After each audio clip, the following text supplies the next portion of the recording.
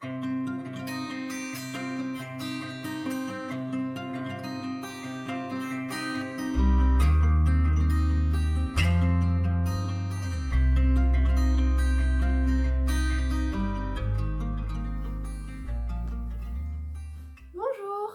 bienvenue dans ce nouvel épisode de podcast. Moi c'est Aurore, vous pouvez me retrouver sur Instagram sous le pseudo Aurore Tricote et La Cabane aux Douceurs pour ma boutique. On se retrouve dans un décor encore différent parce qu'aujourd'hui il y avait très peu de lumière, donc à part juste devant ma fenêtre en étant sur mon lit, on voyait absolument rien, des couleurs et tout. Donc aujourd'hui j'ai pas mal de choses à vous montrer. J'ai des projets finis, des projets en cours, de la couture et de la teinture. Ça c'est nouveau. Donc on va commencer par les projets finis. Comme j'ai beaucoup de choses à dire, faut pas que je m'étende comme j'ai l'habitude de le faire. Donc mon premier projet fini, c'est le pull que je porte. C'est le cocoon de Elong avec Anna.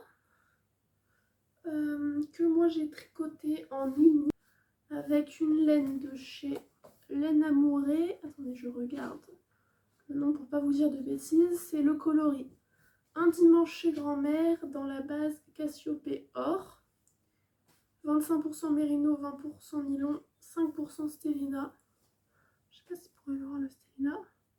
C'est un peu là, vous voyez, après un peu trop de lumière. Voilà, donc ce pull là, je l'ai tricoté dans la taille 36-38, correspond à un tour de poitrine de 102 cm. C'est un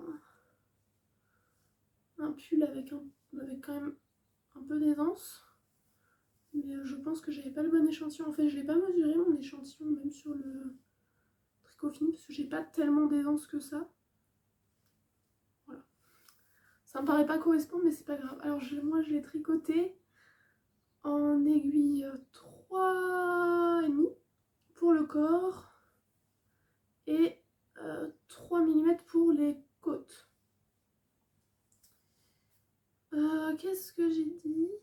Ah ouais, heureusement que je marque parce que c'est vrai qu'en fait le cocoon dans le patron de Anna, il se tricote avec 2 fils de lace. Donc un fil de lace et un fil lace mohair. Moi je l'ai tricoté avec un seul fil de fingering. Voilà, je parle vite, non, faut que je... J'ai pas encore l'habitude, j'ai pas encore trouvé mon rythme. Voilà, mais on va s'y faire. Qu'est-ce que j'ai fait d'autre comme...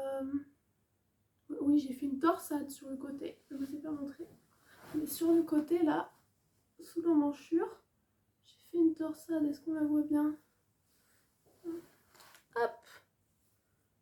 Ouais, donc il y a une torsade qui va jusque sous l'emmanchure.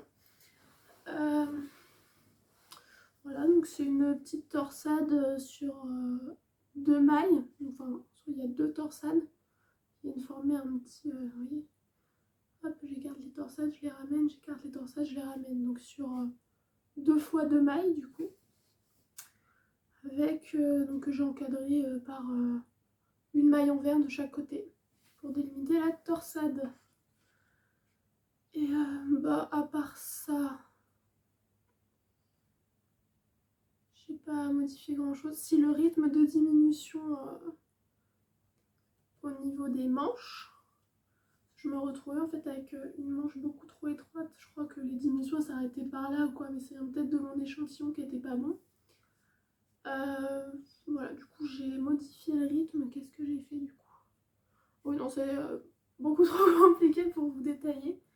Mais moi je fais pas de fiche Ravelry, j'utilise Ravelry que pour mes favoris et la bibliothèque de patron. Mais en ce moment je suis en train de mettre sur Instagram. En fait quand je finis un projet, j'essaye de faire un petit post sur Instagram. Mais en fait je détaille les informations qu'il y a sur mon carnet, il a pareil que ça, mais je les détaille sur le post Instagram. Comme ça, si ça vous intéresse ou s'il y a des gens... Putain, je mets les hashtags pour ceux qui veulent faire le projet si jamais. ça peut les aider. Voilà, donc ça c'est un pull que j'ai terminé du coup le 14 mars. Et je ne sais plus quand est-ce que je l'avais commencé, il me semble que je l'avais commencé en 2020 ce pull.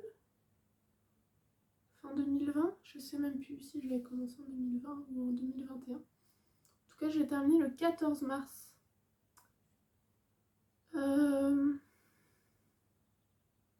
Oui, ça c'est un pull déjà dont je vous avais déjà parlé, que j'avais beaucoup de pooling en bas.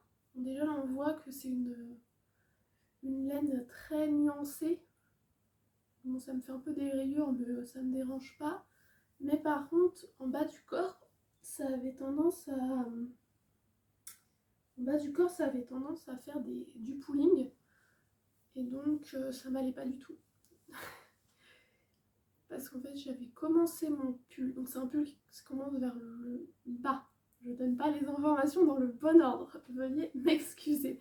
Donc, c'est un pull qu'on commence par le bas. Et moi, c'est vrai, d'habitude, j'alterne pas les écheveaux.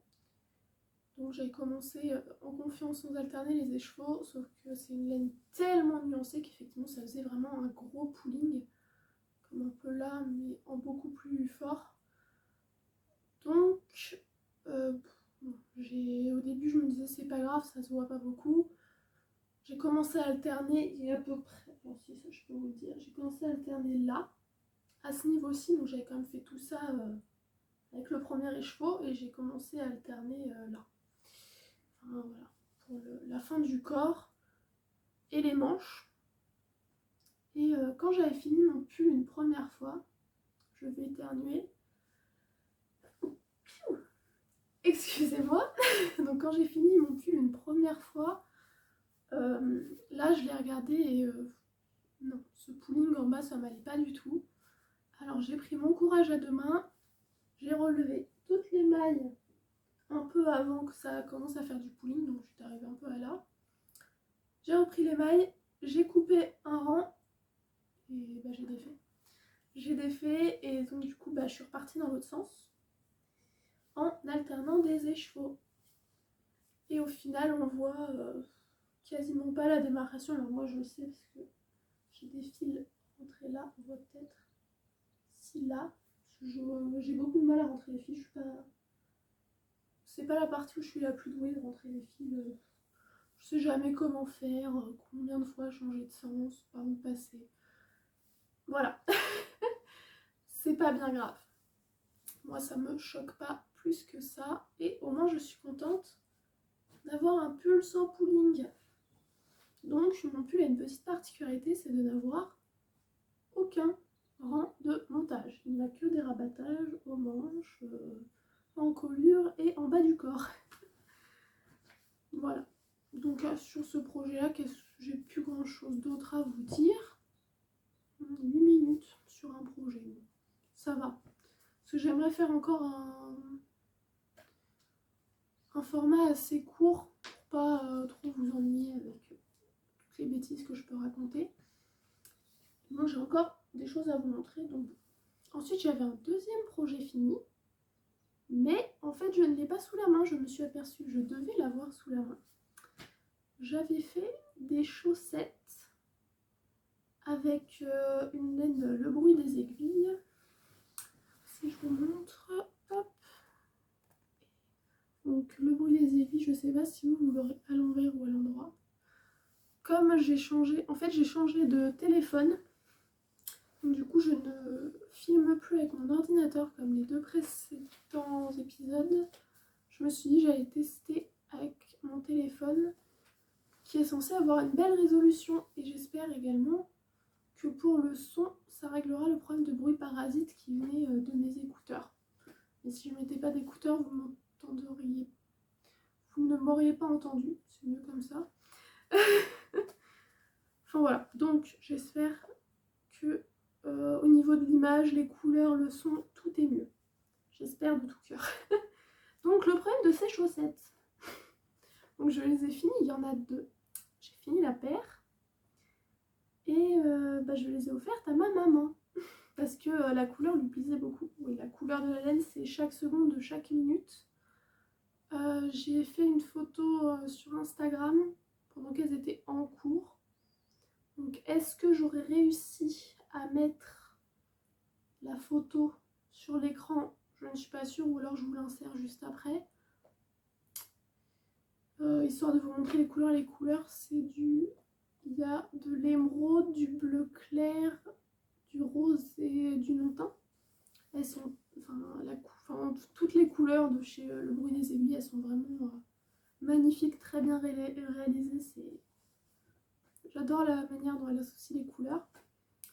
Donc ma maman, pendant que j'étais en train de tricoter ces chaussettes-là, la couleur lui a bien plu et les rayures, en fait, elle trouvait ça sympa. Comme je lui avais offert qu'une seule paire de chaussettes qu'elle porte beaucoup, je me suis dit, bon bah celles-ci, quand elles seront terminées, elles iront à ma maman.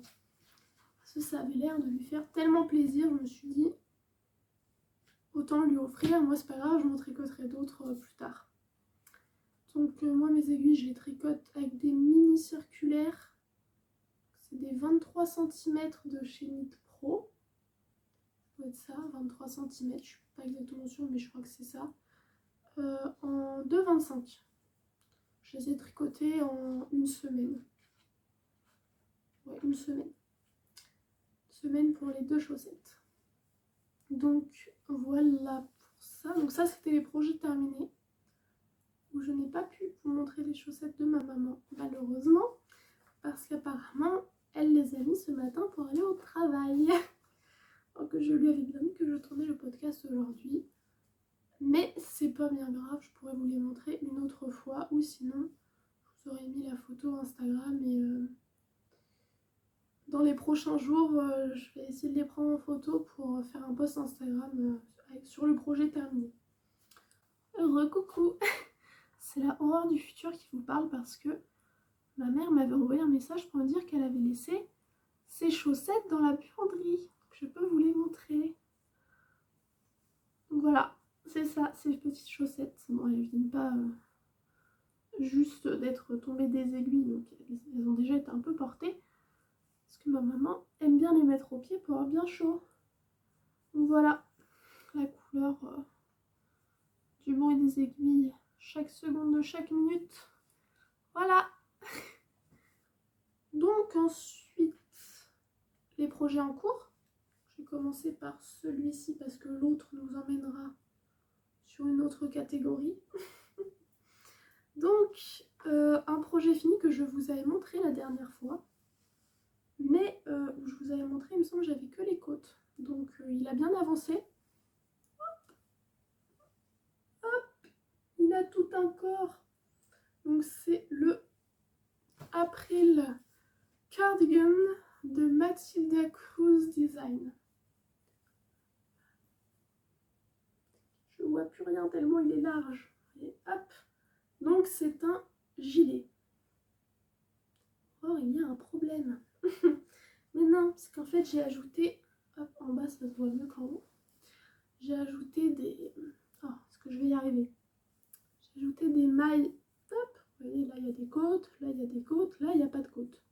J'ai ajouté 5 mailles au milieu pour pouvoir faire un stick et donc tricoter tout le corps de mon gilet en rond.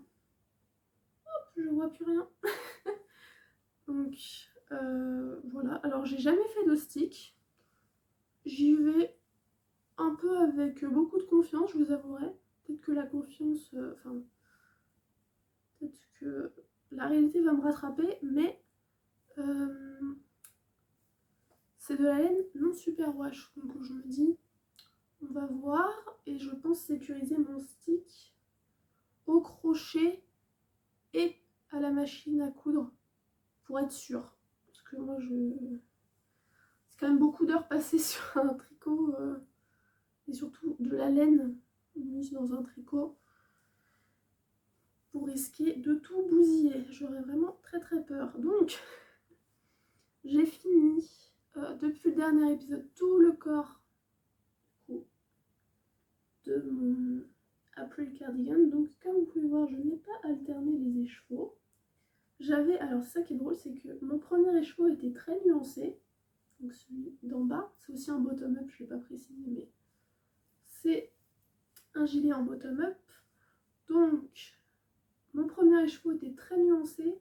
Le deuxième, pas du tout. Et pour le deuxième demi-devant, il me manquait de la laine.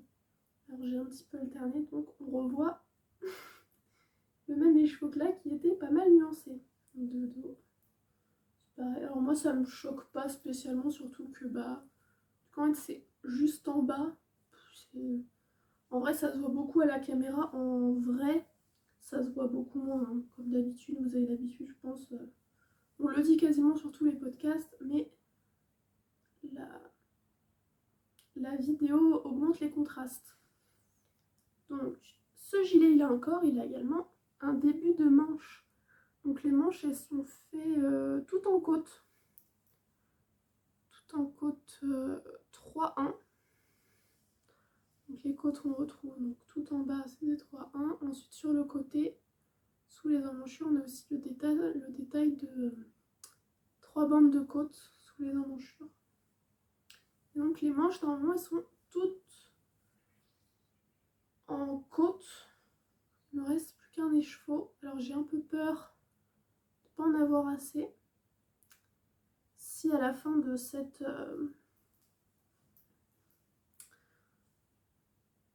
manche là je m'aperçois que j'ai pris la moitié de mon cake, je redéferai la manche et je la ferai uniquement en jersey parce que les côtes ça mange quand même pas mal de laine, et il me reste la bande de boutonnage et la bande d'encolure à faire. J'ai plus du tout de laine de mes 2 autres écheveaux.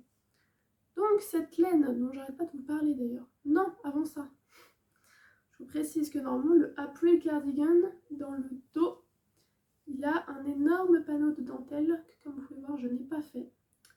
Normalement c'est une dentelle qui ressemble beaucoup, je ne sais pas si vous m'entendiez derrière le gilet, mais donc normalement il y a un gros pan de dentelle qui ressemble beaucoup à la dentelle du gilet Blossom de Longue avec Anna. C'est un peu le même style de dentelle dans le dos. C'est vraiment un grand panneau. Et moi du coup je l'ai pas fait, mais le patron il avait l'air plutôt bien fait au niveau des rangs raccourcis et tout dans le dos. Au niveau de la dentelle, la créatrice mettait bien à quoi fallait faire attention au niveau de la dentelle, etc. Du coup j'ai pas lu... Voilà. Ça me paraissait juste pas mal pour vous notifier ça. En vrai je trouve que c'est un patron qui est pas mal fait. Et je le trouve très très beau ce gilet déjà, même sans l'avoir fini. Je trouve qu'il a du coup une belle aisance. Pareil au niveau des emmanchures, on a quand même pas mal de place, contrairement souvent au patron de Longue Akana. Je trouve que les emmanchures elles sont très étroites. Et en tout cas pour ma morphologie ça ne convient pas super bien.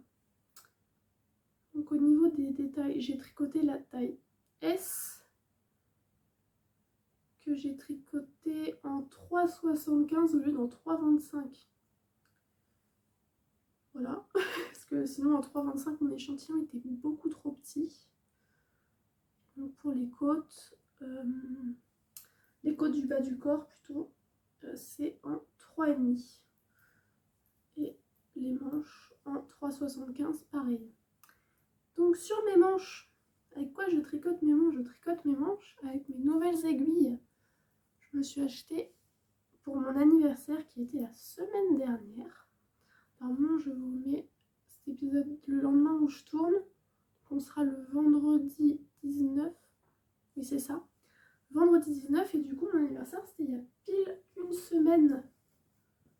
Le 12 mars. Et pour mon anniversaire, mon auto-cadeau que je me suis fait rien qu'à moi-même, c'est le kit de mini circulaire de chez Chiago. Donc j'ai pris la taille S. Donc qui sont les aiguilles qui vont de 3,5 à 5 mm. Et donc ça se présente comme ça. Donc les aiguilles qui manquent ici, c'est celles que j'utilise pour mes manches. Donc on a des aiguilles moyennes et des toutes petites aiguilles. Donc là par exemple c'est 3,75. Mais donc on a une aiguille. Comment je vais vous montrer? Hop. comme ça, si j'ai tiens, tac. Donc une aiguille à gauche, par là. Par là, pour moi c'est la gauche. Je sais plus combien elles font. 7, 8, je sais plus. Et celle-ci de 5 cm. 4, non 5. Je ne sais plus. Et j'ai rien pour mesurer actuellement. Donc, comme c'est la première fois sur ce projet que je les utilise, j'ai pas de retour sur le long terme à vous donner. Mais en tout cas, je peux dire que pour avoir des Knit Pro, pour utiliser des Knit Pro en général, je les trouve tellement qualitatives. Genre, alors c'est un prix, certes, hein, là le petit kit comme ça, c'est 100 € quoi. C'est très cher. C'est pour ça, en cadeau, c'est très bien. C'est mon auto-cadeau d'anniversaire.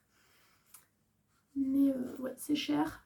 Mais en tout cas, ça a l'air d'être de la qualité. Et moi qui suis pas hyper contente de mes Knit Pro, celle-ci pour l'instant, j'en suis contente. Mais bon, vous voyez, j'ai tricoté que un petit bout de manche quoi. En tout cas, la prise en main est très facile. Après, j'ai l'habitude des mini circulaires avec les chaussettes. J'utilise des mini circulaires de Knit Pro. Donc au niveau de l'habituation, j'ai pas eu d'adaptation à faire. Je trouve que ça glisse bien. Et surtout le câble, c'est ça que je veux montrer. Le câble, je le trouve juste génial. Attendez, si je vous en sors un. D'ailleurs dans ce kit là, on a 3 tailles de câbles différentes. Et hop. Le câble, qu'est-ce que je peux vous dire du câble? En fait, le texture du câble, enfin je sais pas, il me semble que c'est un ressort, non peut-être pas, mais c'est un truc un peu entortillé à l'intérieur, je crois. Recouvert d'une gaine pas plastique. Je ne saurais pas vous décrire, je pense que si vous avez des chiagous comme ça, je pense que vous voyez ce que je veux dire. Mais en fait, on dirait limite qu'ils sont cirés. Vous voyez un peu qu'il y a de la cire dessus. Enfin, c'est hyper bizarre, du coup, vous avez rien sur les doigts, hein, je vous rassure. Mais ouais, c'est un peu cette sensation-là, je trouve. Quelque chose de... ouais, de ciré, ouais. Je sais pas, enfin bref, je les trouve beaucoup mieux que les Knit Pro. Vous voyez, en fait, ils gardent pas la forme. Enfin, en tout cas, bon, ça fait pas assez longtemps que je les utilise, mais je trouve qu'ils gardent pas la forme, qu'ils sont... Enfin, ils sont différents, c'est le haut de gamme, hein, c'est vraiment le haut de gamme des aiguilles, donc avec le prix, j'ai envie de vous dire, heureusement qu'on en est content. Donc ça, c'est le plus petit, ça va être le plus petit, je crois. Celui-là, c'est le plus grand, parce que j'ai le moyen sur mes aiguilles, normalement. Voilà, donc vous voyez les différences de taille, c'est ridicule hein, en soi. Vous voyez, là, hop, ils sont au même bout, là. Là, on se dit, il y a un câble intermédiaire encore, bah oui. Et c'est hyper pratique au final. Sur des petites circonférences comme ça, quelques centimètres, ça joue. Donc voilà pour ce petit auto-cadeau qui me tentait depuis un moment. Ça faisait longtemps que j'y réfléchissais. Vraiment pour tricoter mes manches, le Magic Loop, j'aime pas ça. Je faisais avec, hein, mais parce que je me disais quand même 100 € juste pour tricoter des manches, bon. Et après j'ai réfléchi, je me suis dit après tout, c'est pas un achat, comment dire, c'est pas un achat rationnel, c'est du plaisir, le tricot, c'est un loisir, c'est une passion. Donc je me suis dit, tant pis. Tant pis, ça me fait plaisir, c'est l'essentiel. Je m'en achète pas tous les 4 matins, donc c'est très bien. Alors, ensuite, il fallait que je vous parle de deuxième en cours, mais pareil. Donc mon deuxième en cours, je l'ai mis dans un petit pochon. Hop! Petit pochon. Avec le petit pins que j'ai acheté chez la boutiqueuse. Et le pochon, je l'ai cousu. Donc c'est là ma petite partie couture. Donc celui-là, j'ai rien fait d'exceptionnel. Hein. Il a la même doublure. Tissu de doublure, c'est le même que celui qui est là. Ah, et tiens, d'ailleurs, ça aussi, j'aurais pu vous montrer. Mais du coup, ma maman est partie aussi au travail avec. C'est Ce tissu-ci, c'est un reste d'un tissu que j'ai utilisé pour lui faire un sac pour mettre sur son vélo. C'est un sac cabas, un grand sac cabas avec des anses. Si vous connaissez, c'est le patron sac Camille de chez Petit Patron. C'est la première cousette que j'ai fait. C'était ce sac-ci que j'avais fait pour moi, qui me sert de gros projet, de gros sac à projet dans mon appart, que je n'ai pas sous la main. Que vous dire d'autre? Pas grand chose. Voilà, je vais mettre des petits liens. Petit sac à coulisses tout bête avec le fond plat. Donc tant que je vous parle du sac à projet, je vous montre aussi que j'en ai fait un deuxième. Oh, alors celui-là, je l'adore. Je l'adore. J'adore ce tissu. Voilà, c'est bien, en fait, on dirait limite qu'il est plein, alors qu'il est vide. Hein. Mais comme je les ai thermocollés, ils se tiennent bien tout seuls, quoi. Ça fait un petit... limite un petit panier. Voilà. Celui-là, à l'intérieur, je lui ai fait des poches. Je vais réussir à vous montrer. Je suis pas sûre. Oh, comme ça. Vous voyez, donc il y a 3 poches. J'ai fait une petite poche toute fine comme ça, là. Vous voyez, donc, vous voyez, elle est toute petite. Pour mettre une paire d'aiguilles. Et ensuite, il y a 2 poches à peu près de la même taille, mais voilà. Comme ça, quoi. De là à là. Voilà, donc il y a 3 poches à l'intérieur. Voilà, en gros, en fait, j'avais du tissu. J'ai eu envie de faire ça, comme j'avais testé un premier patron avec ça. Je l'ai fait légèrement plus petit, celui-ci, parce que je le trouvais un peu grand pour un sac à chaussettes. C'était le projet. C'était un des sacs à projet pour les chaussettes. Donc, celui-ci, je lui ai mis ma petite étiquette. Hop, voilà. Donc, parce que ça m'a fait rire. En fait, c'est des étiquettes que j'utilise pour les bavoirs et les peluches en tissu. Et là, je me suis dit, tiens, c'est joli, c'est mignon avec une petite étiquette, on dirait un truc de pro, quoi, un truc acheté. Voilà, donc, ces petits sacs à projet, pour l'instant, j'en ai pas mis dans ma boutique. Parce que je sais pas si ça peut intéresser des gens, donc pour l'instant, je me suis un peu contenue pour ne pas en faire plein et les mettre sur la boutique, vu que je suis pas sûre que ça pourrait intéresser des gens. Si vous avez un avis là-dessus, vous pouvez me dire, mais c'est vrai que je trouve qu'il y a tellement de personnes déjà qui vendent des sacs à projet, des choses comme ça, des accessoires tricot. Je me dis, les gens doivent déjà trouver leur compte ailleurs à mon avis, donc est-ce qu'ils ont vraiment besoin de moi pour leur faire des sacs à projet? Je ne suis pas sûre, c'est la réflexion que je me fais en ce moment sur ce que j'ai envie de proposer ou non. Mais bon, c'est pas... Voilà, donc c'est tout ce que j'avais à dire là-dessus à propos de ces petits sacs à projet. Donc, dans le mien, j'ai mon deuxième projet en cours. J'ai quasiment terminé, hein, mais j'en suis en côte. C'est une paire de chaussettes où j'ai quasiment terminé la première. Première de la paire. Tac. Et donc la laine, je suis très contente de vous dire que la laine, c'est moi qui l'ai teinte. Alors on le voit parce que vous voyez ici, tac, il y a des petits bouts de blanc. Est-ce que sur la partie framboise, est-ce qu'on voit bien la couleur? Pas tout à fait. C'est un peu plus comme ça. Ouais, donc sur la partie framboise, j'avais un peu trop serré mes liens à un endroit, donc du coup la teinture n'a pas pu s'y mettre. Et donc il y a des petits bouts de blanc de temps en temps. Mais en soi, franchement, je suis assez fière. Ouais, je suis très très contente des couleurs que j'ai réussi à obtenir. Donc le gris et le framboise, un peu comme ça.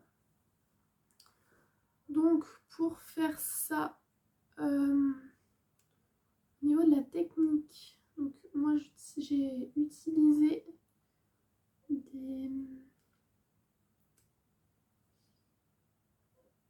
des colorants Greener Shades, qui sont des teintures à l'acide. Il me semble qu'il y a 9 coloris de base proposés par Greener Shades. Moi, pour mon anniversaire, c'est mon copain qui m'a acheté le kit de démarrage Greener Shades, vu que j'avais envie de m'y mettre depuis quelques temps déjà, avec de la laine à teindre, qu'on a acheté donc chez Lily Neige. Tac, je peux vous montrer l'étiquette. Tac.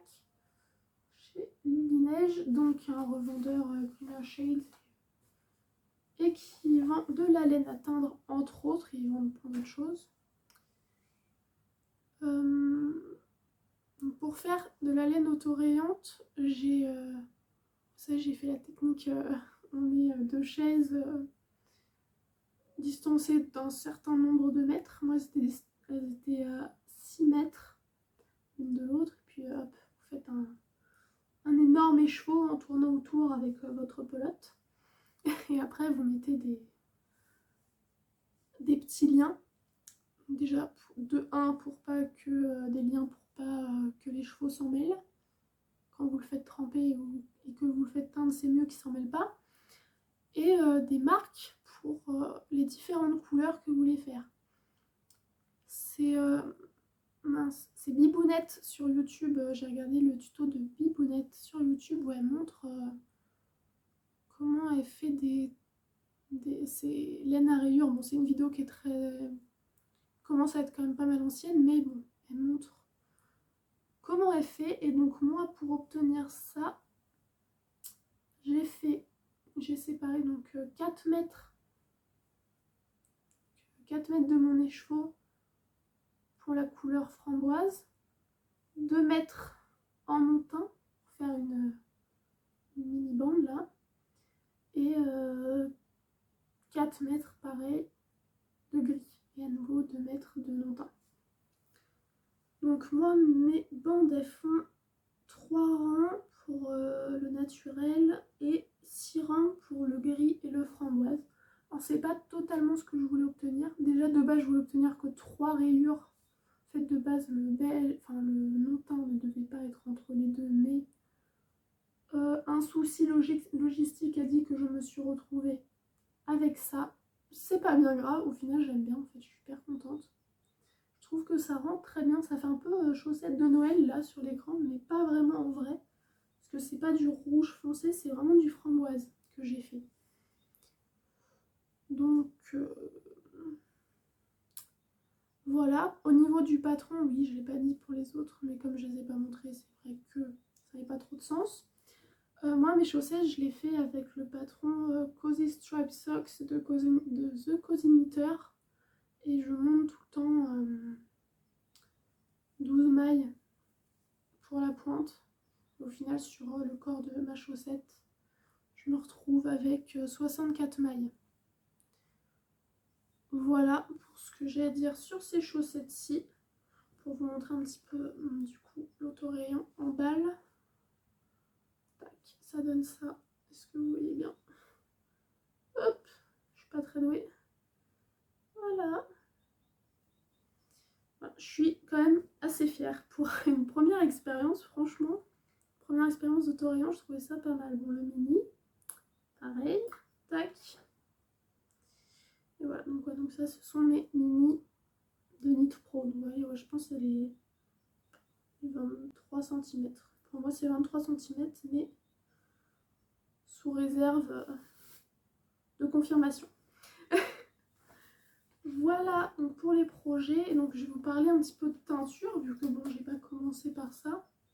J'ai commencé par tester quelques trucs. J'ai commencé avec ces 3 couleurs-ci. Je vais me rapprocher. Pour la partie teinture, je vais me rapprocher parce que je vais plus vous montrer les couleurs que ma tête, n'est-ce pas? Donc on a un gris foncé, oui et non, un gris moyen. Moyen, non, un peu plus que moyen quand même. Un bordeaux et un bleu-violet. Donc je vais commencer dans l'ordre. Donc le bleu-violet, enfin je les ai tous les 3 en même temps. Moi je suis une grande malade. je voulais trop tester, donc j'ai testé plusieurs couleurs à la fois. Donc déjà j'ai commencé par peser des mini de 10 grammes. Tous les mini que j'ai fait là ils faisaient 10 grammes, bon, sauf pour ma paire de chaussettes, c'est un mini de 20 grammes classique comme vendent les teinturières qui vendent de la laine à chaussettes par exemple. Donc ouais, j'avais commencé par celui-ci on va dire. J'avais fait le bleu, alors le colorant de chez Greener Shade, ça doit être Blue River, je crois. La rivière bleue. En français, c'est mieux. Et en fait, le coloris pur ne me plaisait absolument pas. Donc, comme je faisais ces deux-là en même temps, et ben, j'ai décidé de plonger mon bleu dans le bain du rouge. Donc, quand le rouge avait fini, évidemment. Parce qu'en fait, c'était la première fois, donc j'avais pas du tout. Enfin, si j'avais pesé mes pigments, mais j'avais pas pesé mes pigments en fait pour que tout aille sur le mini, laisser tremper le mini jusqu'à ce qu'il n'y ait plus de pigments dans l'eau. Non, j'avais pas encore compris ça, mais je l'ai compris par la suite, je vais vous montrer. Donc il restait encore du pigment rouge, donc j'ai mis mon bleu dedans pour avoir un bleu un peu plus intéressant, un peu plus profond. Bon, j'aime toujours pas spécialement la couleur, c'est pas le genre de couleur que j'aime bien, mais au moins je le trouve un peu plus intéressant à regarder. Il y a des petites touches de violet vraiment.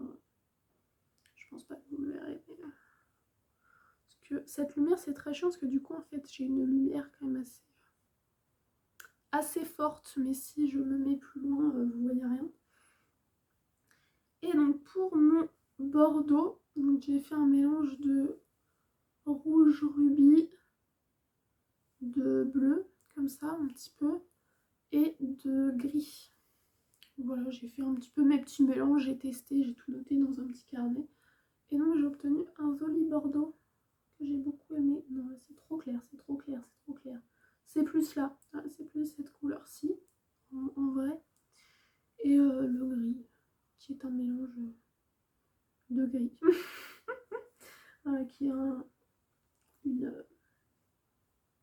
une proportion de pigment noir. Voilà, en fonction de votre poids de laine à teindre. Et donc, hier, j'ai voulu tester des couleurs pour un nouvel autorayon. Voilà, elles vont pas toutes ensemble, hein, je vous rassure. Mais hop, donc j'éteins ça. Tadam! Oh, ils font beau comme ça la caméra, j'aime bien. Voilà, du coup, ces deux-là, je vous les montre vite fait. Mais ceux-là, c'est mon échec d'obtenir un beige qui me plaisait. Il fait un peu pêche celui-là, la caméra, non? C'est moi? Non, il fait un peu couleur or, je trouve, là. Il n'est pas du tout or, il est un peu... En fait, il me fait un peu penser aux couleurs que peuvent obtenir les gens avec du café. Teindre la laine au café. Ça me fait un peu penser à ça, et ça me fait carrément penser à un peu les vermicelles. Voilà, chacun ses références. Enfin, je suis pas totalement encore... Enfin, pas totalement. Je suis pas satisfaite. Oula. Je suis pas satisfaite des couleurs obtenues. Oh, regardez, j'ai même carrément réussi à casser mon écheveau en le faisant tomber. C'est dingue, ça.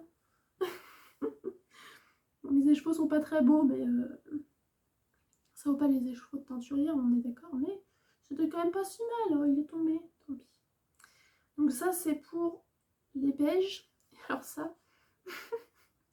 Ah, la caméra, il fait hyper nuancé, on dirait... Ah non, là, c'est mieux. Il est... Ouais, de cette couleur-là. Ici, pareil. En fait, ici, on a bien les couleurs. Je vais le mettre que là. Je fais n'importe quoi. Donc, je me... Voilà. Hop, je vous le laisse là. Là, c'est la bonne couleur. Donc ça, de base, je voulais un jaune. Qui est au final totalement orange carotte, quoi. Donc, flashy la carotte, mais carotte quand même. Donc...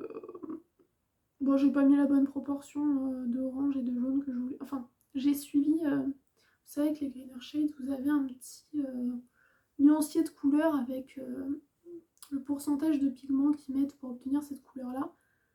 j'ai suivi ce pourcentage-là et chez moi, il l'a rendu beaucoup plus orange parce que je pense que, après réflexion, je pense que j'ai un problème avec mon pigment jaune, vous savez, dans ma solution mère, entre autres. Donc le liquide, il est jaune dans la solution mère, mais au fond, il y a quand même de la poudre, ce qui ne me fait pas ça du tout avec les autres pigments et mes autres solutions mères. Dans ma solution mère de jaune, ça me fait ça. Donc je me dis peut-être que j'ai un problème avec le pigment jaune et du coup c'est surtout le orange quoi qui est ressorti, parce que du coup dans mon mélange, la petite bouteille dans laquelle j'ai mis mon mélange de jaune là, de ce jaune là, c'est pareil, tout le pigment jaune en fait il est au fond, donc je le remélange, mais en fait il retombe au fond, en fait il se mélange pas bien à l'eau, donc je ne sais pas, ma foi, là je suis en plein essai pour un nouvel autorayon du coup. Donc si ça avait été la bonne couleur, ça aurait été un mélange là comme ça. Très exactement, oui, dans ce sens-là. Oups. Dans ce sens-là, et entre le bleu canard, là, c'est pas vraiment canard, si je vous le mets là, plus, non. Ça ressort pas bien les couleurs comme ça, les caméras, mais c'est pas grave. Donc entre le jaune et le bleu canard, qui sont des couleurs très intenses, j'ai mis une bande de non-teint. On verra ce que ça donne. Donc pour ces trois-ci, ça donne ça. Hop, quoi, le bleu canard, vous l'avez pas du tout. Il est plus canard. Vous l'avez pas trop mal, mais il est légèrement plus vert. Le bleu, vous l'avez bien, et l'orange, c'est pareil. Donc voilà. Voilà pour mes expérimentations de teinture. Bon, je vous le remontre. Voilà. Donc ça, c'est les deux que j'ai fait hier en ayant bien compris les doses, les trucs comme ça. Alors je m'amuse beaucoup à faire de la teinture. C'est vrai que j'ai fait un bac sciences et technologies de laboratoire, s'il y en a qui connaissent. Et donc on faisait notamment de la biochimie. Donc il fallait avec les pipettes mesurer des trucs, des nombres de millilitres en fonction, doser le nombre de sodium qu'il y avait dans une solution, des choses comme ça. Et ça me rappelle beaucoup ça, du coup ça me fait plaisir. Donc ça m'amuse beaucoup de teindre des petits trucs. Alors en plus avec des mini de 10 grammes, c'est vrai qu'on fait pas beaucoup, on prend pas beaucoup de risques quoi, c'est seulement 10 grammes. Et puis du coup je les mets dans un petit panier qui vont aller dans ma couverture de reste. Je vais les passer comme ça dans ma couverture de reste et ça sera super. Bon voilà, alors là on est à 42 minutes et je pense que je vous ai tout dit.